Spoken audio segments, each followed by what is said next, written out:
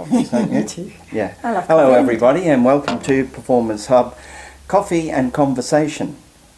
We have an article currently on our website called The 5-Minute Rule, which I think you wrote about. Yeah. And we thought we would like to elaborate on that just a little bit, maybe to clarify a few points with it. So it was something that you came up with, wasn't it? Yeah, it was. I tricked myself. You tricked yourself? Look, honestly, if you're a parent who's got a child who's struggling with practice, or if you're yourself struggling with forming a habit of practice, or study, or anything, if it's really hard for you to make yourself get going, this might be the trick.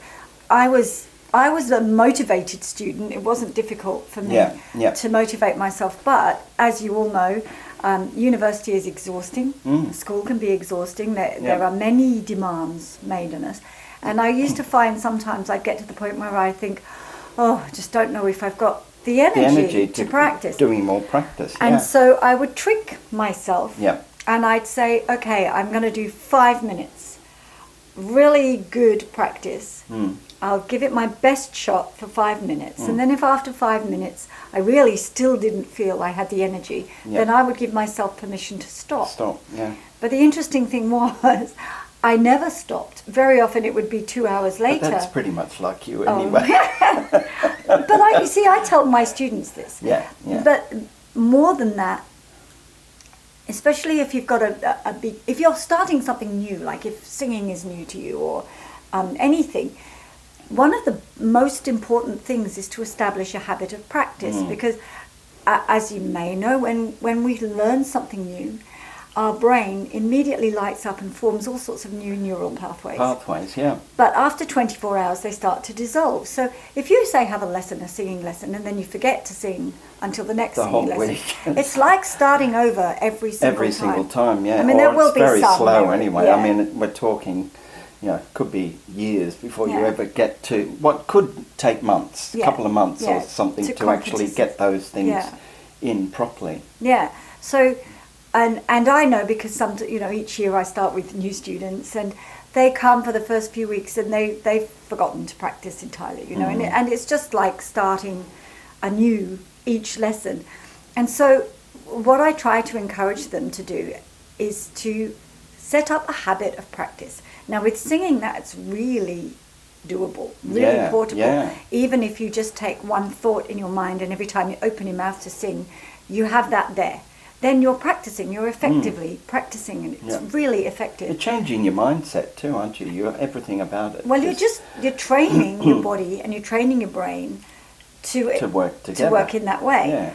Now, if say you're setting out on an exercise routine or a practice of piano or something, even if you do 5 minutes every day, that's actually more beneficial than an hour once a week. Oh yeah. Absolutely. Even though it might be less time.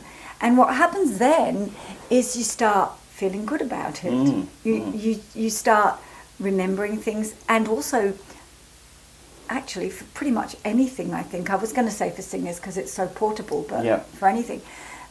What happens is it plants the seed of whatever you spent that 5 minutes in your mind.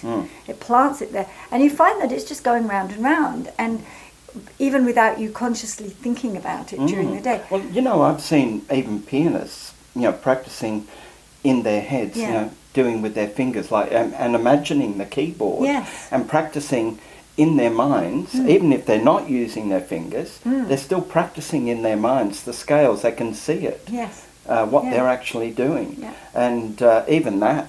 And maybe if you're playing the clarinet or oboe, or if you're an actor trying to think of lines where you are at that point on stage or whatever, is a great way of being able to establish it without having to physically do it if you're travelling on a bus or a train or wherever you are. Yeah, well, that's probably another video. Yeah, but that's a whole new ball game.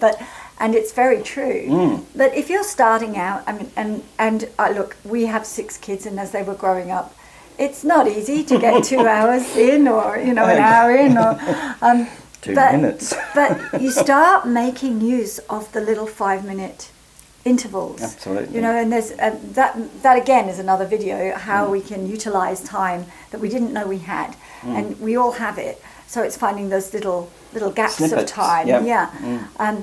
But try it, the 5-minute rule, and it was, I tricked my head into practicing I don't know how many times just by thinking, right, 5 minutes, I'll do 5 minutes. Yeah, it's amazing. Yeah, because once you get started, I want to stop. You get that energy, and it actually gives you energy. Oh, of course. It energizes your whole being just to get up and do it. For sure. I mean, if you put the effort in to do it full, it has to be full gung-ho. Yeah. It has to be all the way. Don't do it half-heartedly, because you will give up.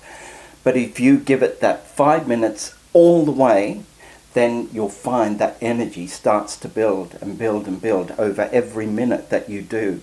So just give it a try, because it really is well worth doing. Yeah? Yeah. Worked for me. Yeah. Well, thank you, everyone. I hope this helped some of you, and actually gave you some more ideas on the 5-minute rule that Kate found for herself. And we'll see you next time on Coffee and Conversation. Bye for now. Bye for now. Bye.